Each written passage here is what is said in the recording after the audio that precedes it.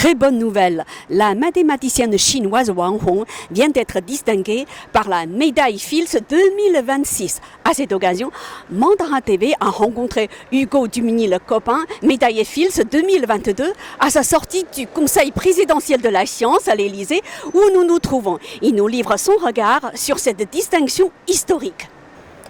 Alors je suis absolument ravi en fait que Hong Wang, qui est ma collègue à l'Institut des hautes études scientifiques, soit primée cette année. C'est la troisième femme à recevoir cette distinction, donc c'est quelque chose d'exceptionnel. Et j'ai aussi noté qu'il y avait deux mathématiciens chinois, donc Hong et Yu Deng, qui reçoivent la médaille Fields cette année sur 4 personnes, c'est donc 50% des lauréats. Ce qu'il faut voir en mathématiques, c'est que souvent, plus que le résultat, c'est le processus qui mène à la solution qui est particulièrement importante. La conjecture de Kakeya, ça a été énoncé il y a plus de 100 ans. Ça fait 100 ans que les mathématiciens travaillent dessus, ont développé des théories, des outils qui peuvent servir à plein de choses.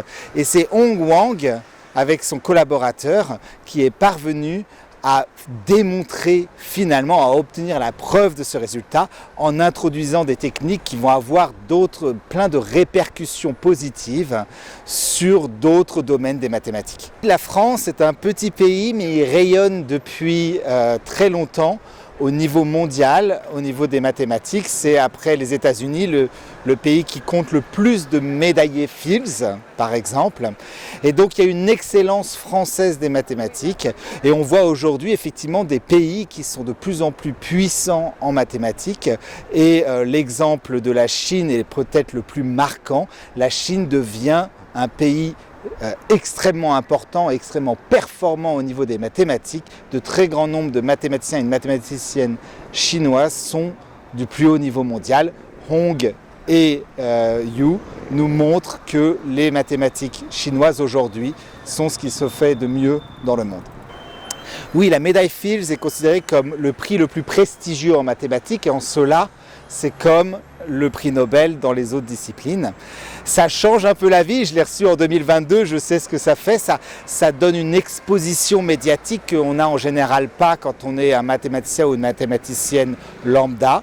Mais ce qu'il faut voir, c'est que c'est aussi une incitation. Hong Wang a 34 ans ou quelque chose comme ça, elle est très jeune, donc elle a toute sa vie devant elle, donc ça va la pousser à démontrer des choses de plus en plus impressionnantes et je me réjouis de voir ses prochains théorèmes. Reportage par Mandarin TV.